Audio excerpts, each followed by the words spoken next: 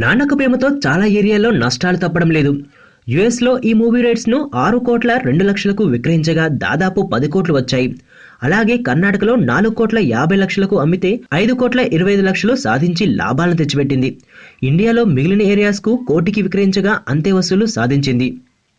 తూర్పుగోదావరిలో 3 కోట్లకు అమ్మితే ఇప్పటికీ 2,97,00,000 మాత్రమే వసూలైంది. ఇది మినహా చాలా ఏరియాల్లో నష్టాలు తప్పడం లేదు. ప్రధానంగా నాన్నక ప్రేమతో నైజాం రైట్స్ కోసం 13,50,00,000కు వెచ్చిస్తే ఇప్పటికీ 10,22,00,000 మాత్రమే వచ్చిందంటే డిస్ట్రిబ్యూటర్లకి 3 కోట్లకు పైగా నష్టం వాటిల్లనుంది. సీడెడ్లో 7,02,00,000కు కొనుగోలు చేస్తే 6,06,00,000 మాత్రమే రాబట్టగలిగింది. నెల్లూరు హక్కులను 1,70,00,000కు కొనుగోలు చేసిన వారికి 1,40,00,000 మాత్రమే వచ్చాయి. కృష్ణా రైట్స్ ను 3 కోట్లకు అమ్మగా 2,27,00,000 మాత్రమే వచ్చాయి. వెస్ట్ గోదావరిలో 2,52,00,000కు విక్రయించగా 2,04,00,000 మాత్రమే వచ్చాయి.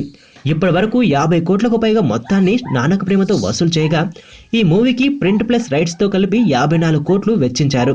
ఈ మొత్తం కంటే ఎక్కువగా వస్తేనే బ్రేక్ ఈవెన్ అనాల్సి ఉంది.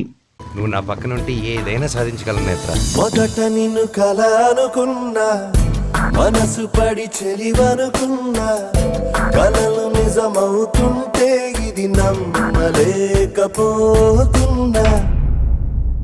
ఎదుటోడు బట్టి మన క్యారెక్టర్ ఉండాలి కానీ మనకు మనం క్యారెక్టర్ ఫిక్స్ అయితే బ్రతకలేం.